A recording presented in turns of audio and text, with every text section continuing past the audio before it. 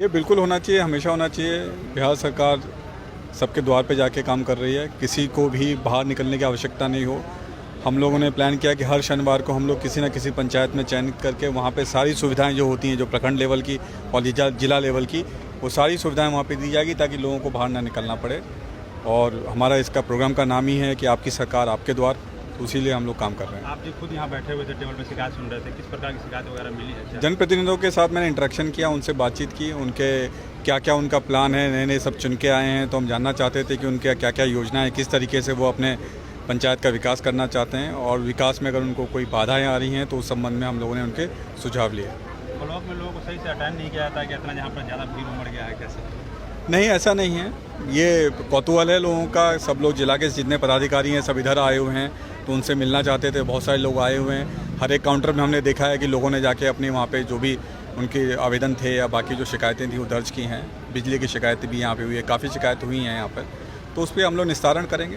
क्या अपील करेंगे लोगों से? फ़ायदा उठाया ऐसे कैंप में आकर लोगों से थोड़ा सा अपील? लोगों से यही है कि आवेदन, सबको यही अपील है कि सब लोग सरकार की योजनाओं का लाभ लें और बड़े अच्छी तरीके से विकास में हम लोगों का सहयोग करें। शिक्षा विभाग की तरफ से भी स्टॉल है, उसमें जिला पदाधिकारी के समक्ष कुछ शिकायतें आई हैं। ठीक है, चार दीवारी के लिए आई है, चापाकल खराब है उसके लिए आई है। ठीक है, शिक्षकों की कमी है उसके लिए शिकायत आई है। तो इस सबको दूर करने के लिए हम लोग सब बात हुई है। और निदान होगा इसका, शिकायतों का निदान होगा उसका। जो आवेदन आया है, आवेदन लोग ले रहे हैं, उसकी समीक्षा कर लेंगे और तुरंत निदान हो जाएगा। 1 सप्ताह 15 दिन लगेगा, लेकिन निदान होगा। शिक्षक की बहाली भी हो रही है, वो भी आ जाएंगे।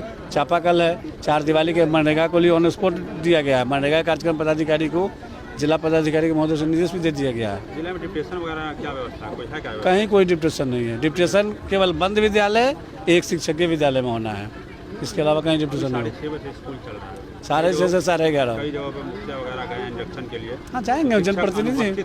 अनुपस्थित पाए गए हैं, क्या कहते हैं? अनुपस्थित पाए, उनकी कार्रवाई होगा, वेतन कटेगा उस दिन का।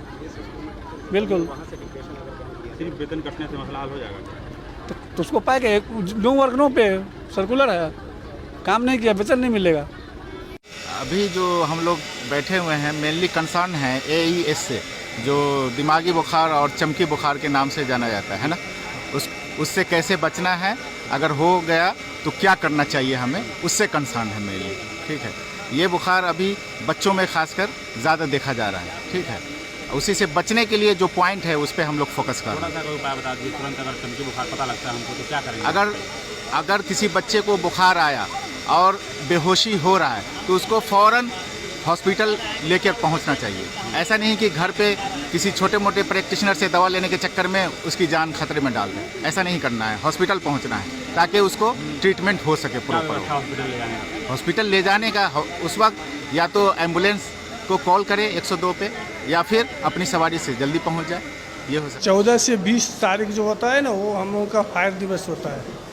उसके उस अवधि में हम लोगों को गांव-गांव में जा कर के लोगों को मॉक ड्रिल के माध्यम से पंपलेट बांट करके, हैंडविल बांट करके लोगों को जागरूक करना होता है कि आग नहीं लगे, ऐसा कुछ करिए कि आग नहीं लगे, और अगर लगे तो फिर मतलब कि उसको हम कैसे बुझा दें। अगर आग लगे तो कैसे लोग काबू पाए आग पे, थोड़ा सा लोगों को जागरूक कर दीजिए। नहीं, आग लगे तो वो तो हर तरह का है। जैसे मान लीजिए गैस सिलेंडर का आग है, तो हम लोग गैस सिलेंडर में आग लगा करके उसको क्या बोलते हैं, ढक करके, बाल्टी से ढक करके भी बुझा देते हैं। कपड़ा उसमें भिंगा करके, सूती कपड़ा भिंगा करके लपेट करके फिर बुझा देते हैं। कंबल भी लपेट करके बुझा सकते हैं। अगर वैसे वो नहीं है तो फिर बालू मिट्टी भी है तो वो भी मतलब कि बुझा सकते हैं।